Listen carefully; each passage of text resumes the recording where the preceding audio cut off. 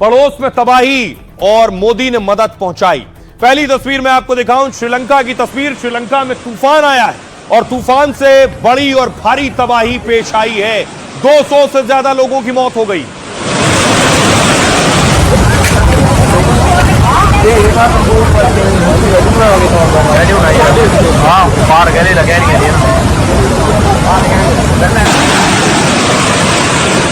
और उसके बाद देखिए जरा, भारत ने श्रीलंका की मदद के लिए आगे कदम बढ़ाया और ये गरुड़ कमांडोज आप देख रहे हैं जो हेलीकॉप्टर में सवार हुए और सीधे श्रीलंका पहुंचे, वहां जिन लोगों को मदद की दरकार थी उन्हें बचाने के लिए।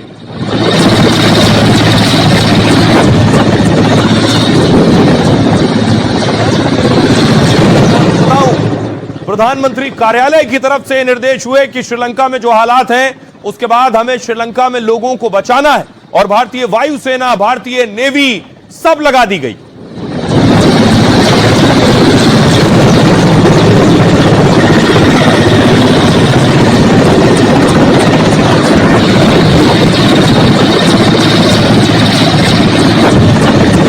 श्रीलंका में हालात देखिए पानी के। ये हाथी नजर आ रहे हैं आपको, हाथी डूब गए।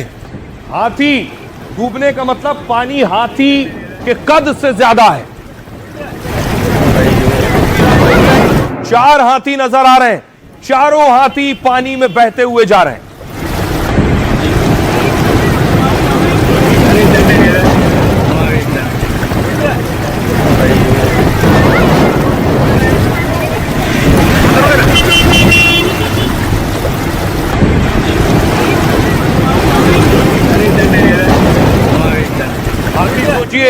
जो पहले ही लगभग 15-20 फीट ऊंचा हो और वो बहता हुआ जा रहा है और पानी में न सिर्फ हाथी, आम लोग भी फंसे हुए थे जिन्हें भारतीय वायुसेना बचाने के लिए पहुंची है, रेस्क्यू कर रही है।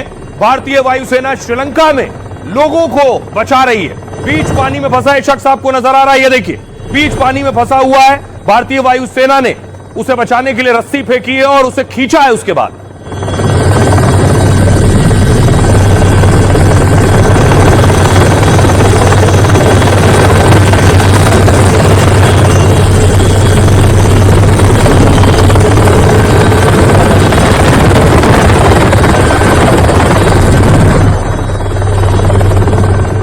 देखिए शख्स की जान बचाई है तो इंडियन एयरफोर्स, ये शख्स आपको नजर आ रहा है, ये देखिए टायर के सहारे तैर रहा था। वो बीच पानी में कोई बचाने वाला नहीं था, टायर के सहारे तैर रहा था।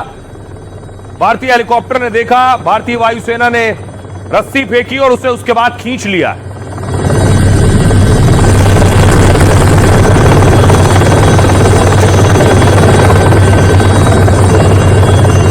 अगली तस्वीर आपको दिखाऊं, इसी तरह देखिए जरा, ये पानी लोगों के घरों में भर गया है। सड़कों पर पानी है श्रीलंका में, लोगों के घर डूब गए।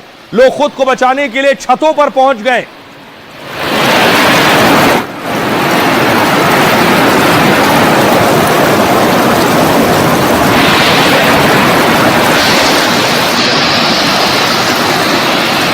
और इसके बाद देखिए जरा किस तरह से भारतीय वायुसेना का हेलीकॉप्टर पहुंचा है श्रीलंका में। देखिए छत पर लोग मौजूद हैं और उन्हें रेस्क्यू किया गया।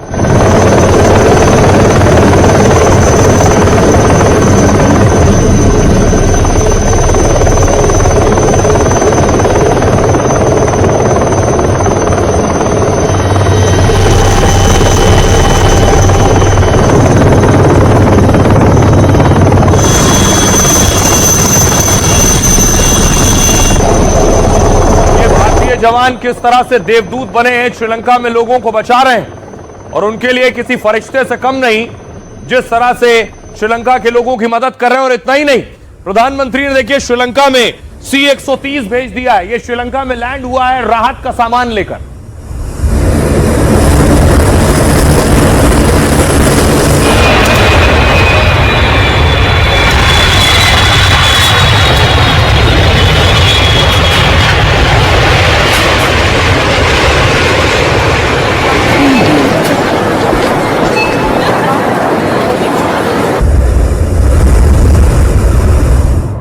और ये मालवाहक विमान देखिए, ये सब राहत सामग्री लेकर पहुंचा है श्रीलंका।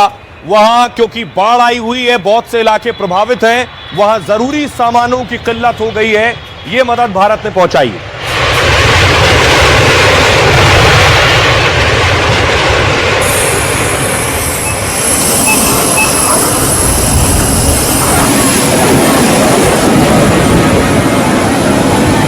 मदद का सामान भारत से श्रीलंका भेजा गया है। एयरपोर्ट पर C-130 उतरा है और उसके बाद देखिए सारी राहत सामग्री निकाली गई। और सिर्फ एयरफोर्स नहीं, भारतीय नेवी को भी लगा दिया गया है। INS विक्रांत को फौरन मूव किया गया श्रीलंका की तरफ। जैसे ही पता चला वहां तूफान दस्तक दे चुका है।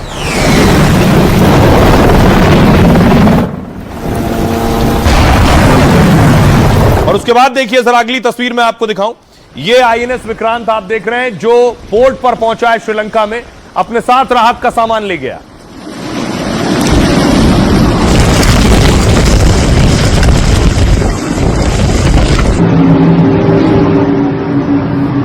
तो प्रधानमंत्री ने झोली खोलकर मदद की है। ये सारी मदद श्रीलंका पहुंच चुकी है और श्रीलंका इस मदद से राहत और सुकून महसूस कर रहा है इस हालात में। एक और तस्वीर में आपको दिखाऊं, एक और विमान पहुंचा है श्रीलंका मदद लेकर।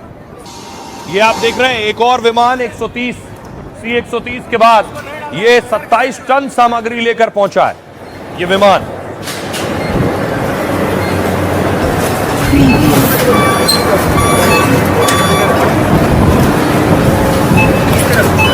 बना दिया आप लोग सारे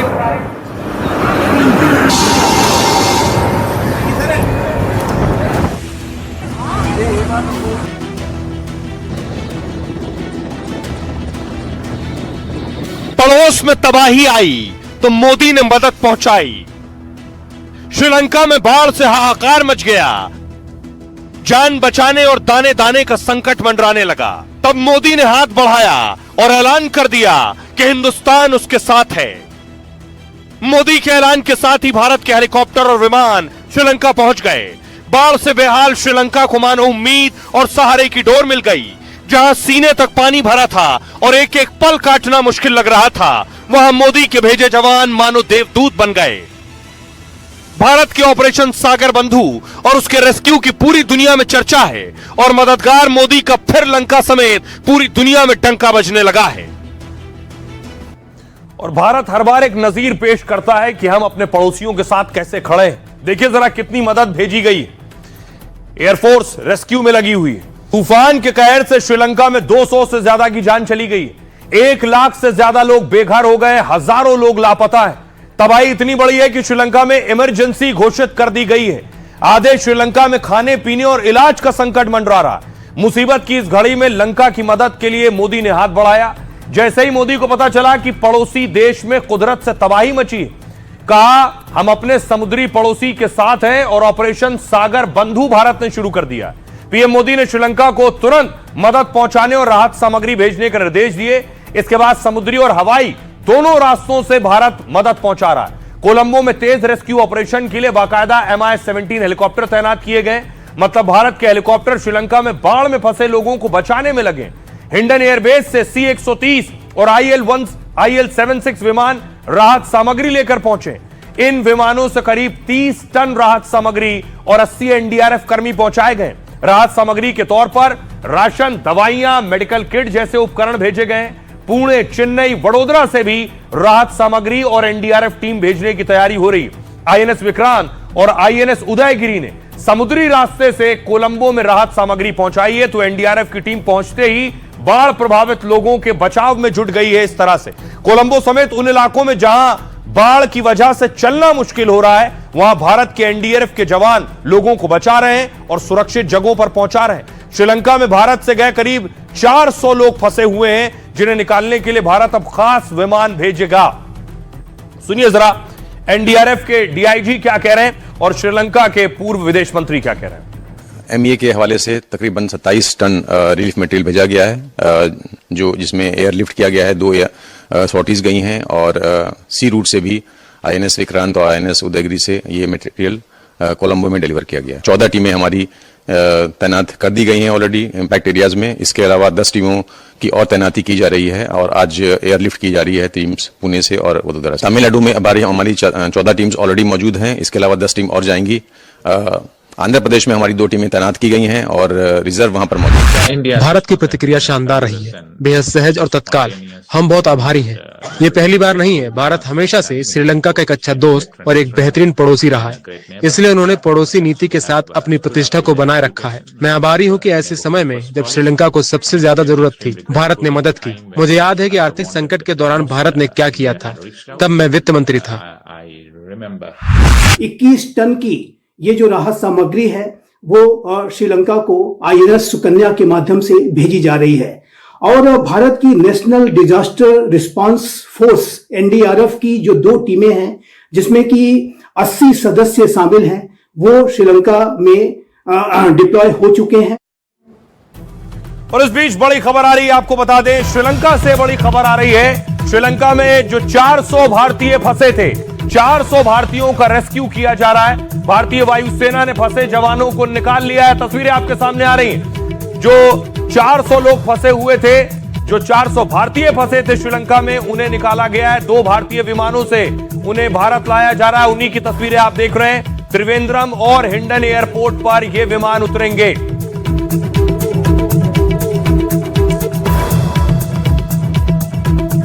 और आइए अब देखिए जरा, श्रीलंका से जो तूफान था वो भारत की तरफ आ रहा है।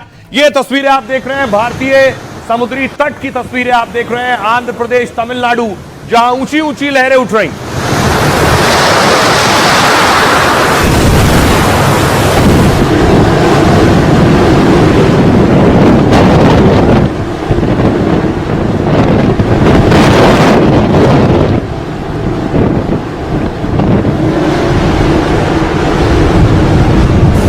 अब आपको दिखाऊं कैसे तटों पर अलर्ट किया जा रहा है। बाकायदा कोस्ट गार्ड वहां मौजूद है, जो लोकल वहां गार्ड्स होते हैं वो मौजूद है और लोगों को हटा रहे हैं समंदर के किनारे से।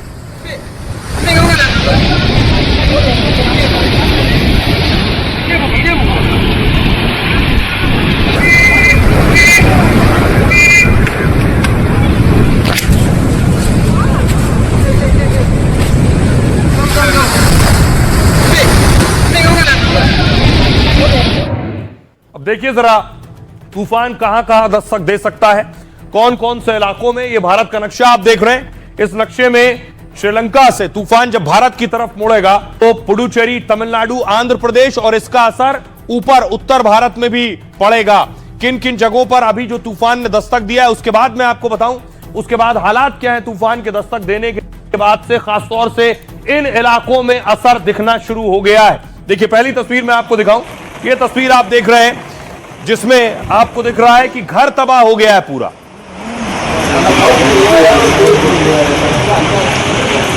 तूफान के बाद घर में तबाही आई है आसपास, और न सिर्फ घर तबाह हुआ है। अगली तस्वीर देखिए जरा, जो फसल थी इन इलाकों की, फसलें भी बर्बाद हो गई हैं। किसानों ने फसल खड़ी की थी और उनके लिए बड़ा नुकसान लेकर आया तूफान।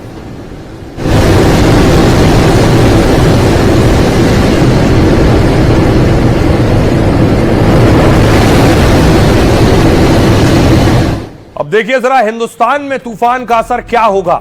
उत्तर प्रदेश, तूफान ने दस्तक दक्षिण भारत में दी है पर असर उत्तर में भी होगा। कानपुर, झांसी और हरदोई समेत यूपी के 13 जिलों पर असर हो सकता है। तूफान के चलते कोहरा और ठंड काफी तेजी से बढ़ेगी। पारा 5 डिग्री के करीब लुढ़क जाएगा, मतलब कड़ाके की ठंड पड़ेगी। इसके बाद दिल्ली, राजस्थान, तूफान के असर से दिल्ली राजस्थान में बारिश तो नहीं हो रही है लेकिन तेज हवाएं चल रही हैं, इससे ठंड और ज्यादा बढ़ेगी। मौसम विभाग ने शीतलहर का अलर्ट भी जारी किया हुआ है। वहीं हरियाणा और पूर्वी राजस्थान में ठंड के साथ कोहरा बढ़ेगा। छत्तीसगढ़, मध्य प्रदेश, MP, छत्तीसगढ़ के दर्जनों जिलों में भी तूफान का असर दिखेगा। हालांकि तूफान के असर से बारिश की संभावना है लेकिन तूफान के चलते तेज हवाएं चलेंगी और पारा गिरेगा। जबलपुर से अंबिकापुर तक कड़ाके की ठंड का अलर्ट है। तमिलनाडु, तूफान दितवाह का सबसे ज्यादा असर तमिलनाडु पर है। चेन्नई से लेकर रामेश्वरम तक तूफान से हाहाकार मचा है। 100 किलोमीटर की रफ्तार से हवाएं चल रही हैं, भारी बारिश हो रही है। राज्य में हजारों पेड़ उखड़ गए हैं, लाखों एकड़ फसल नष्ट हो गई। तूफान की वजह से 3 लोग और 150 जानवरों की जान चली गई है। आंधी और बारिश की वजह से 80 से ज्यादा उड़ानें रद्द हो गई। अगले 3 दिन तक भारी बारिश का अलर्ट जारी किया गया है। 20 से ज्यादा एनडीआरएफ और एसडीआरएफ की टीम लगाई गई है। आंध्र प्रदेश के 4 जिलों में खतरे का रेड अलर्ट है। तूफान के असर से लगातार आंधी और बारिश हो रही है। नेल्लोर समेत कई इलाकों में नदी तालाब उफान पर है। कई राहत शिविर बनाए गए हैं और प्रशासन फिलहाल अलर्ट पर है। आइए आपको सुनवाता हूं, सुनिए जरा मौसम विभाग के डायरेक्टर क्या कह रहे हैं। साइक्लोन के साथ टाइडल वेव आते हैं, वो लगभग 0.5 मीटर से 1 मीटर हाइट का आने का संभावना है। जो नॉर्थ तमिलनाडु पुडुचेरी का जो लोलाइंग एरिया है, इसमें ये इनंडेशन कर सकता है। और जो सॉल्ट पैन बहुत ज्यादा होते हैं, इसमें ये अफेक्टेड होने का संभावना है। हेवी रेनफॉल की बात करें तो हम heavy to extremely heavy rainfall warning हम दिए हैं आज नॉर्थ तमिलनाडु, पुडुचेरी, साउथ आंध्र प्रदेश का कोस्टल डिस्ट्रिक्ट से। इस सभी एरिया में कहीं कहीं 20 सेंटीमीटर से ज्यादा बारिश होने का संभावना है आज। फिर काल से इंटेंसिटी रेनफॉल कम हो जाएगा। अब देखिए जरा भारत का दिल कितना बड़ा है। भारत न सिर्फ श्रीलंका की मदद कर रहा है, बात देखिए भारत ने अफगानिस्तान भी मदद भेजी है। जैसे श्रीलंका को मदद पहुंचाई है, वैसे अफगानिस्तान तक ही मदद पहुंचाई है।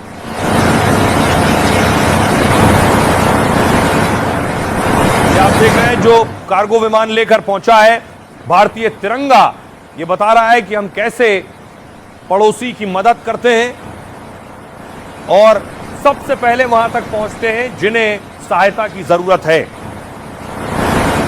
और भारत की इस मदद से अफगानिस्तान भी गदगद है। देखिए जरा क्या कह रहा है अफगानिस्तान। एक तरफ अफगानिस्तान पाकिस्तान अफगानिस्तान पर हमले कर रहा है, यानी पाक अफगानों को गोली, बम और जख्म दे रहा है। दूसरी तरफ मोदी अफगानों की लगातार मदद कर रहे हैं। मोदी की मदद से अफगानिस्तान के लोग इतने गदगद हैं कि कह रहे हैं एक ही तो दिल है, कितनी बार जीतोगे डियर इंडिया। दरअसल भारत ने अफगानिस्तान को 73 टन राहत सामग्री भेजी। इसमें जीवन रक्षक दवाएं, कोरोना वैक्सीन, मेडिकल किट है, सर्जिकल उपकरण और ऐसी दवाएं भी हैं जो अफगान में कम थी। खासतौर से काबुल और कंधार के अस्पतालों के लिए दवाएं बहुत जरूरी थी। मोदी सरकार ने कहा यह हमारी विदेश और पड़ोसी नीति का हिस्सा है। पिछले 4 सालों में भारत ने अफगानिस्तान को 50,000 टन गेहूं भेजा है, 400 टन से ज्यादा दवाएं और कई बार वैक्सीन की खेप भेजी।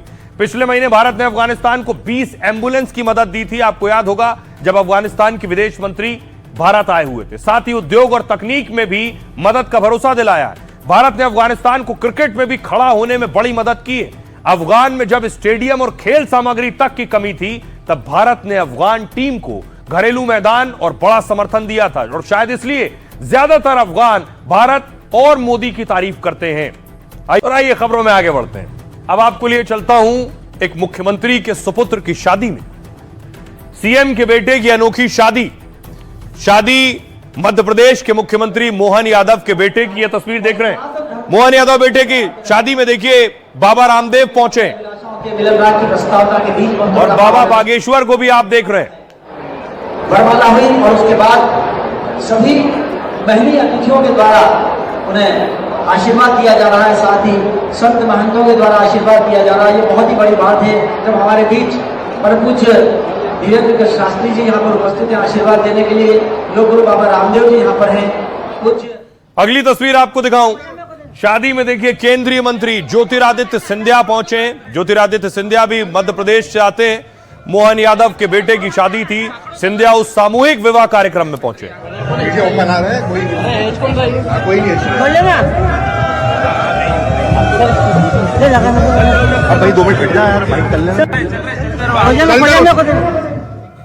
अब देखिए जरा सीएम जब बेटे और बहू के साथ नजर आए, ये तस्वीरें आप देख रहे हैं। बहुत से मेहमान पहुंच रहे थे, मेहमानों का स्वागत भी करना है। आ चुके हैं, हम उनका अभिनंदन और स्वागत करते हैं। वे सभी नौयुवकों को आशीर्वाद देने के लिए इस समय यहाँ पर हैं। सुप्रीम कोर्ट के जस्टिस माननीय महेश्वर जी यहाँ पर हैं। हम आयोजन समिति। अगली तस्वीर आपको दिखाऊं। देखिए जरा शादी हुई कैसे। बारात गई है बैलगाड़ी में। ये तस्वीर आप देख रहे हैं, उनके बेटे और उनकी बहू। आयो रे शुभ दिन आयो।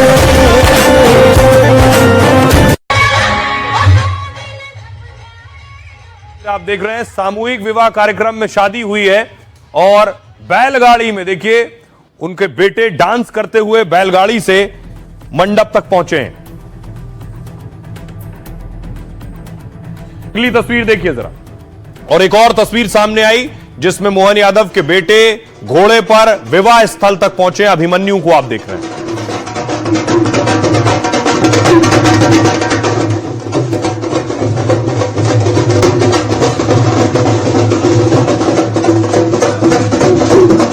एक और तस्वीर आपको दिखाऊं, ये शादी की तस्वीर जब बाबा रामदेव भी इस शादी में मंत्रोच्चार कर रहे थे।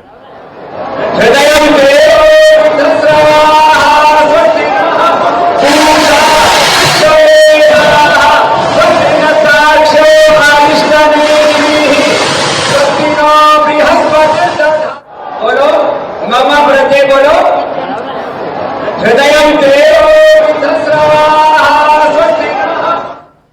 लेकिन आपको जानकर ताज्जुब होगा, मुख्यमंत्री की बेटे की शादी हुई है वहां जहां सामूहिक जोड़ों की शादी होती है।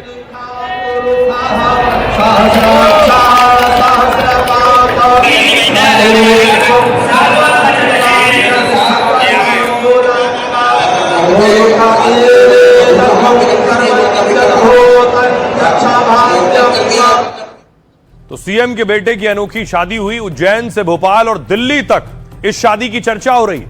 यह शादी मध्य प्रदेश के सीएम मोहन यादव के सुपुत्र की, बेटा सीएम का है, लेकिन शादी की रस्में सामूहिक विवाह में हुई हैं। 22 जोड़ों के बीच सीएम के बेटे की भी शादी हुई, तो इसमें आशीर्वाद देने कई वीआईपी मेहमान भी पहुंचे। सीएम मोहन यादव के अलावा केंद्रीय मंत्री ज्योतिरादित्य सिंधिया आए, मध्य प्रदेश के राज्यपाल और तुलसी सिलावट समेत कई मंत्री पहुंचे। बाबा रामदेव से लेकर बागेश्वर भी सीएम के विवाह समारोह में पहुंचे और वरमाला के दौरान बाबा रामदेव ने तो मंत्र भी पढ़ा और धीरेन्द्र शास्त्री से कहा, आप कभी सामूहिक सम्मेलन में विवाह कराएंगे। सुनिए। वो पहले ऐसे मुख्यमंत्री हो गए जिन्होंने एक नया संदेशा सामाजिक समरसता का दिया और एकता का दिया। अपने बेटे का विवाह सामूहिक कन्या विवाह उत्सव में कराकर एक नई मिसाल प्रस्तुत की। बागेश्वर धाम पर भी अनवरत कन्या विवाह उत्सव होते हैं। 15 फरवरी को फिर से 300 बेटियों का विवाह है और उसके पूर्व में ये नई मिसाल जो उन्होंने प्रस्तुत की है, ये अभूतपूर्व है, सराहनीय है, एकता के लिए है। ड्राइवर का बेटा भी उसी मंडप में बैठा और मुख्यमंत्री का बेटा भी उसी मंडप में बैठा, ये नई मिसाल प्रस्तुत की है। तो शादी में मेहमान और मेजबान के साथ चर्चा दूल्हे राजा के अंदाज की भी थी। पहले सगाई में मोहन यादव के बेटे अभिमन्यु बैलगाड़ी से पहुंचे तो देखने वाले भी कहने लगे कि वीआईपी का नहीं, आम लोगों जैसी शादी है। और फिर उज्जैन में सामूहिक विवाह के लिए अभिमन्यु बारात लेकर निकले तो सीएम के बेटे घोड़ी पर डांस करते नजर आए। आइए अब आपको सुनवाता हूं, सुनिए जरा खुद मोहन यादव क्या कह रहे हैं और जो मेहमान पहुंचे वो क्या कह रहे हैं। आत्मा की कृपा है, बाबा महाकाल की कृपा है, यशस्वी प्रधानमंत्री के नेतृत्व सबका साथ सबका विकास। तो हमारा सबका भाव होना चाहिए कि सामाजिक समरसता के लिए इस प्रकार का आनंद है। ये धूमधाम से शादी है, अकेले शादी से अच्छा इतने सारे लोग सब जने एक साथ याद करेंगे हम आने वाले सालों में कि एक साथ 21 लोगों के साथ शादियां कर रहे हैं। काफी अच्छा लग रहा है, काफी अच्छा लग रहा है। तो उनके बेटे को आप सुन रहे थे। अब आइए आपको बताऊं उनके सुपुत्र के बारे में। कौन है अभिमन्यु? एमपी के सीएम मोहन यादव के पास वैसे तो करोड़ों की संपत्ति है, लेकिन शादी देखिए कितने साधारण तरीके से की है, जो चर्चा का विषय। मोहन यादव देश के चौथे सबसे अमीर मुख्यमंत्री हैं। रिपोर्ट्स की माने तो उनके पास 42 करोड़ की संपत्ति है। सीएम मोहन यादव पिछले 41 सालों से सियासत में है और बीते 10 सालों में उनकी संपत्ति 25 करोड़ रुपए बढ़ी है। सीएम मोहन यादव के पास 5 करोड़ 66 लाख की चल संपत्ति है। उनकी पत्नी के पास 3.5 करोड़, बेटे के पास 45 लाख की चल संपत्ति है। वहीं सीएम मोहन यादव के पास 14 करोड़ की अचल संपत्ति है। उनकी पत्नी के पास भी लगभग 18 करोड़ की अचल संपत्ति है। साल 2023 के एमपी चुनाव के हलफनामे के अनुसार मोहन यादव के पास 15 करोड़ की खेती वाली जमीन है। उनकी पत्नी के नाम 12 करोड़ से ज्यादा के प्लॉट और फ्लैट हैं। मोहन यादव के बेटे अभिमन्यु यादव ने मेडिकल किया है और वो सर्जन है। वहीं उनकी पत्नी डॉक्टर इशिता एमबीबीएस की पढ़ाई कर चुकी हैं, लेकिन इसके बावजूद सभी ने सादगी के साथ शादी की है और 21 जोड़ों के साथ सामूहिक विवाह में धूमधाम से शादी हुई है।